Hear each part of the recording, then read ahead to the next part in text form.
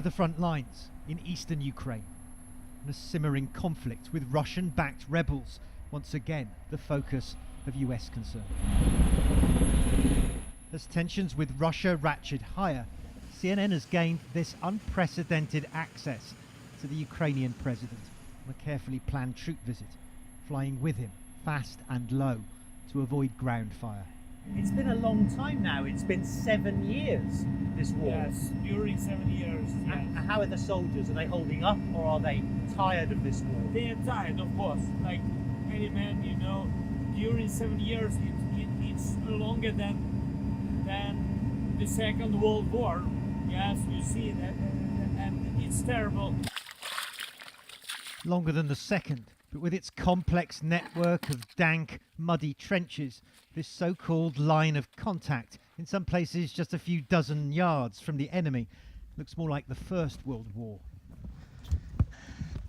I mean, we've entered this warren of trenches that have been dug along the front line. I can tell you, I mean, it's like being thrown back to the early 20th century and the Great War, because I've not seen anything like this in modern warfare. But this is modern, the reality of confrontation with Moscow and its proxies. Is there a chance that the Russians could be planning an invasion? Of course, we know it. Beginning from 2014, we know that it can be anyway, each day, it can be.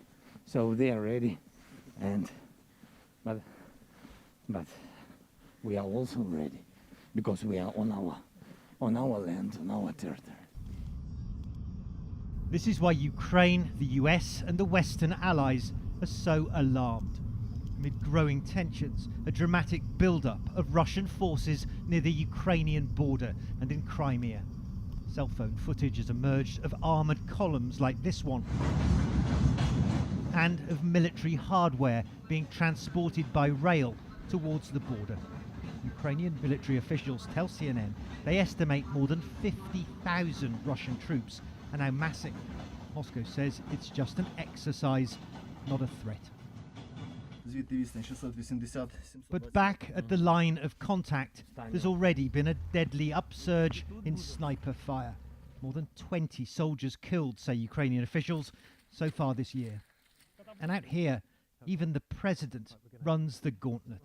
We've got to run for it, right? Yes, run. Okay. Run. All right, come on, let's go.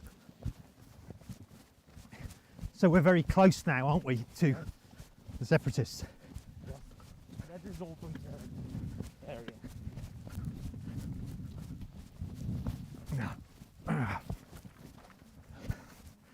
That was amazing.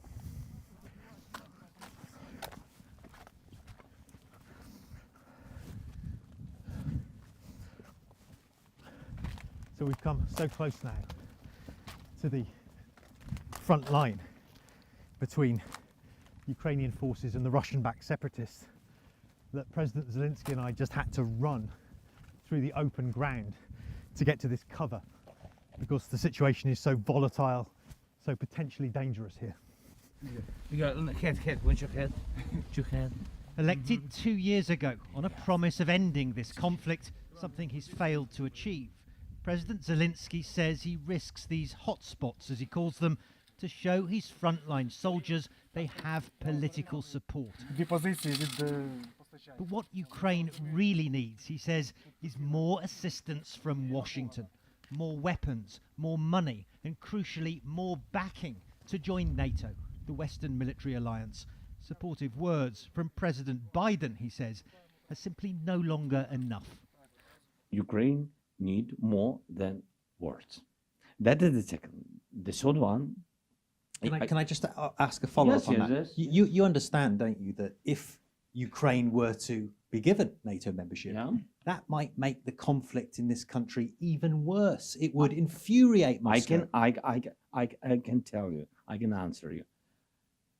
Maybe you are right, but what now is going on? What we do here, what our people do here, they fight. So What can be in the future, I don't know, but we have independent country and we decide where to be or where not to be. To be or not to be. You remember Shakespeare? That is, as they say, the question.